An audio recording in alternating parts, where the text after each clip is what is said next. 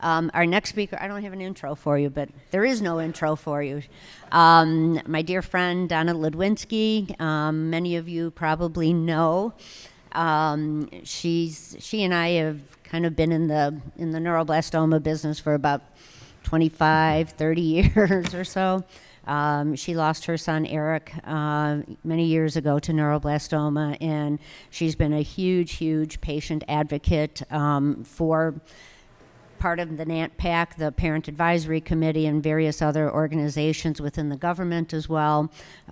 So what I asked her to do today, because she explains everything so well, sometimes you're looking at study results and you're not sure what all these words mean, all the numbers mean, the median of this, the median, all that stuff. So I asked Donna if she could do some type of presentation on how to interpret study results. Donna Ludwinski.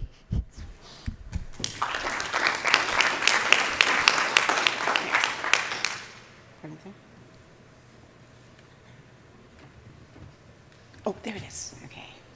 All right. So since you guys haven't seen enough graphs or charts, we're going to see a few more, and it's going to go fast because it's already past lunchtime. So I'm here, and I'm also an imposter. I am not a statistician. I've just spent 30 years trying to understand this. So it's a parent's view of this. Okay, so my son, Eric, was diagnosed in 1991. Sadly, he relapsed when he was 20. He died in 2010, which was 14 years ago. And my first time at CNCF was 19 years ago. And so Pat is clearly my hero. She's impacted thousands of families with, building a community and trying to inform us and teach us. So anyway, so I've been on a few advisories over the years. Okay, so one of the studies that I want to talk about, I actually put it in a word cloud. I've never done that before. Wow, look at the biggest word. It's data, so it must be important. So you've already heard about neuroblastoma, the incidence, but I like to point out this one. The little red sliver is 5%, sometimes they say 7%, depending on the age range. But that whole circle is only 1% of all cancers. So imagine 99 other circles. Those are all the adult cancers. So Dr. Pinto rightly said, this is a rare disease. But interestingly, it's heterogeneous, so that means we got to know which groups we're talking about, which he covered. But also, and there's an awful lot of research going on. The first paper came out in 1910, and it was the first time the word neuroblastoma was used. And then I was born in 1960, so I like to point out that not much happened before that. But then in the 80s, things started really taking off. And just a few days ago, it crossed 50,000 papers. And in over 2,000 papers just in last year. And now if you reduce that down to just looking at clinical trials, and we know not all clinical trials are published, there's about 800 with a peak of about 30 a year. So the interest in neuroblastoma is also interestingly reflected in this. If you look at the incidence of neuroblastoma, rhabdomyosarcoma, and Ewing sarcoma, and then compare it to the number of publications in 1 year, neuroblastoma has about double the rate of publications. So a lot of research going on. And we know that information varies in quality, so that's why we're here, is to try to understand and discern that. So that's what I'm going to hopefully have some takeaways for you. Okay, so there's a reason why statisticians aren't at the bedside. Okay, they're very important, but like in this cartoon, the patient says, does it work? And the statistician says, well, that depends on what you mean by does and it and work. So this is obviously a whole different language and way of analysis. Okay, so there's been the regulatory framework you hear about constantly, but it's a really big deal. This is because of dark moments in history where there was no ethical framework for research on human beings. So right now, the idea is to balance risk and benefit. And then Dr. Pinto nicely covered these elements of testing cancer drugs and the timelines that go with that. The one thing I would add on this one is that a lot of academic-based studies end up resulting in practice change if it's successful, whereas when industry gets involved, it's very important that there's drug approval so that the drug has legs and is available to widely. This kind of is a graphic of how we go through the treatment path. You know, if you're on a phase 3 and everything is successful, that's all you need. But then for relapse and refractory cases, you tend to move down in the phases of trials. Dr. Marichelian talked about the International Neuroblastoma Response Criteria, which is super important because the statistics are based on how the responses are determined. And she already covered, you know, basically you're measuring things and then you're looking at what those responses are. And of course it's evolving as was pointed out with, especially with MFBG and ctDNA. Hopefully will be impacting the future. Okay, so here we are, statistical terms. So one of the reasons why sample size is important is because you can never test the entire population. You have to pick a sample and you hope that it's really a good representation of the entire population. The p-value is a probability that the effect change you see was due to chance. So you want that p-value or the probability to be very low. So you want it to be below 0.05 for significance. So that means it's less than a 5% chance that there's a random effect that caused the difference in those two. And that's kind of related to the confidence intervals because that gives you kind of a range of, instead of a line, you can actually imagine a range. Censored data is very important. Sometimes you don't see this, and we're going to see a couple examples. Censored data are those who left the trial, they're lost to follow-up, or they're followed at the current time. So they show up today, they have to be censored because we don't know what happens tomorrow or next year. And then that's related to the number at risk, because over time, the number at risk are those who are left still on the trial being followed up. So they did not get censored, and they did not have an event. So the visualization of these results are nicely displayed in swimmer plots, waterfall plots, and Kaplan-Meier curves, which you've already seen quite a few of those. Okay, so here's a picture of a censored data.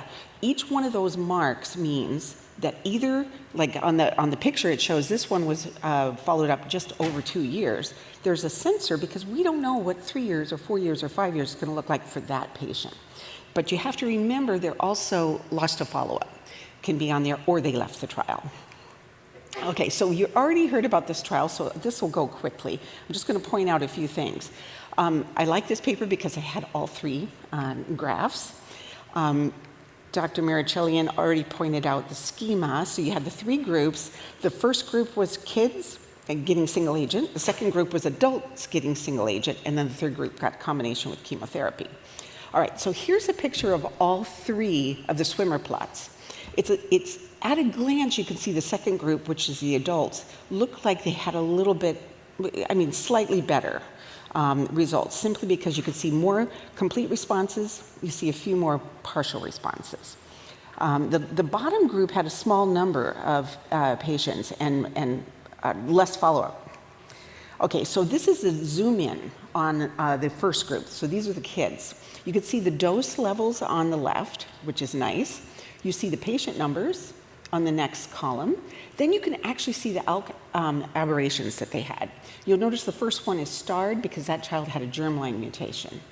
And then the little pluses are those who had ALK inhibitors prior to going on this. So this visualization is chock full of information. You can see who had a CR, PR, mixed response, stable disease. You can also see when they went off protocol therapy, so you can see the duration. On Kaplan-Meier curves, you don't see any of this.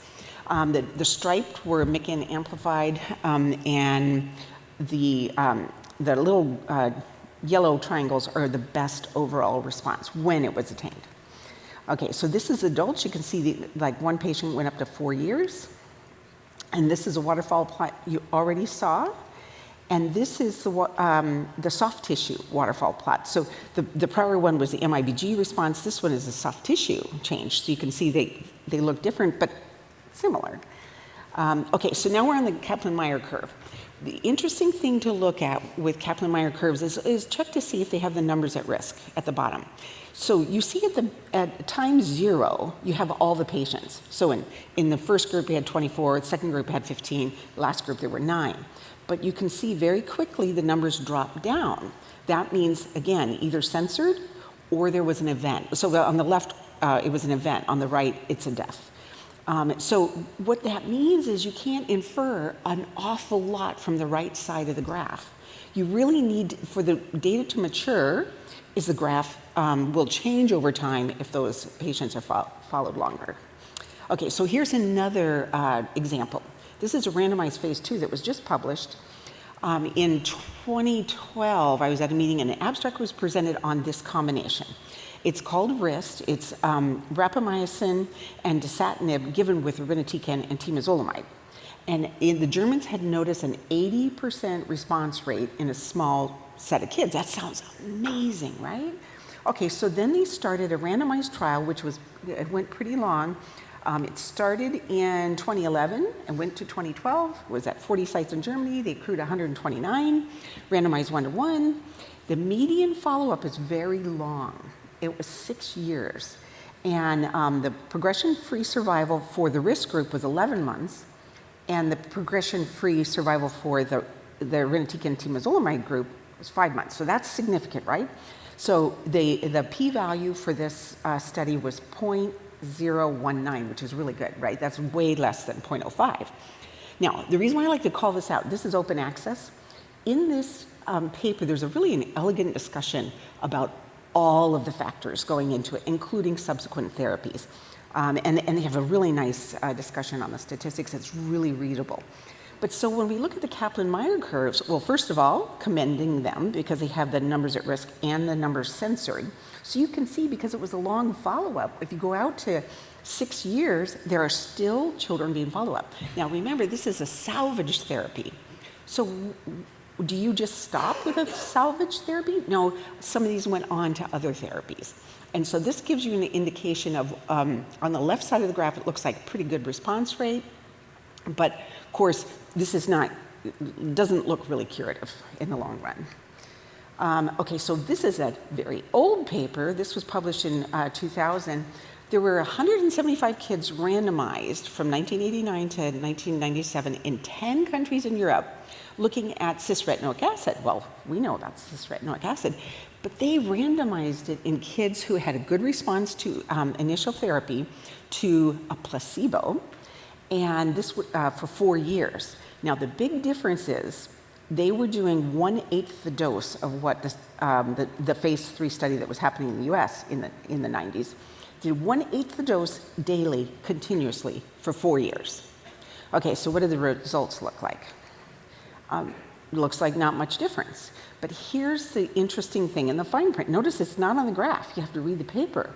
Even though they started out with 88 on the retinoic acid and 87 on the placebo, only 16 patients finished 4 years. 9 finished the placebo and 7 finished the cis-RA. So that tells you there's not a lot of information from this. Even though it looks like it was no different, you've got to look at the duration. And so likewise, when you look at these graphs, look and see what is the starting point on the graph. You know, the one on the left has all the different time points, and thankfully it's getting better and better and better. But notice those start at diagnosis, whereas the graph on the right, that starts post-transplant randomization. So who's not on that graph? Those are kids who maybe were refractory, or maybe they progressed, or maybe they went off study, so they did not get through transplant in order to be randomized. So, equally, the same graph that was from the right now is on the left. Notice these are going to change over time. So this one, the one on the left was published in 2010. The trial stopped the randomization in 2009. Now, a few years later, this was at a presentation. They did an updated 4-year event-free survival, but notice the p-value went from 0.01 to 0.2, which is not significant anymore. And we're looking at the 4-year. But this trial, the statistics are affected because it was stopped early. It was powered for quite a few more patients on each arm, and because it stopped early, ethically was the right thing to do, right? Had they continued randomizing it, it could possibly have made a big difference in the follow-up. Now, this was just published in 2021, and this shows what those very long-term follow-up. Now, they didn't include the p-values on there, but the 5-year p-values were 0.04 and 0.04 for both EFS and OS. So it's borderline, right? It's getting closer to 0.05. But this is a 10-year median follow-up. So that really gives you a better picture of long, range. Now, and again, if you look at the numbers at risk, you can see that the numbers go out quite a long way. From 6 to even 10 years, there's still quite a few followed up. You get down to 15, that's not going to tell you much. Okay, so this is the last visualization that you don't see this very often in papers, but this is from the FDA briefing on the DFMO. And so this was submitted for the FDA approval. And you can see these bands. This kind of visually shows you if there's any overlap. Because if you just draw a line, you don't really know if it's significant, the difference between them. So, and you can also see all the censored data. All of those tick marks are censored. So that means what you see left of all the tick marks is really reliable, whereas everything that's right is less reliable. And then lastly, hazard ratios are, you see them, quite often, but never used to, really try to understand, like, okay, what exactly does that mean? The interesting thing about this one is Dr. Schaller did mention the FDA sub-analysis that they did on the data, and this one has to do with unmeasured confounding factors. This is also in the FDA briefing. So what they did is they said, what if there were things about the two groups that weren't measured, and really the DFMO group was advantaged in some way? So what they did is they kind of faked that advantage, piece by doubling and tripling this disadvantage for the control arm in order to reanalyze the data and see what the hazard ratios look like.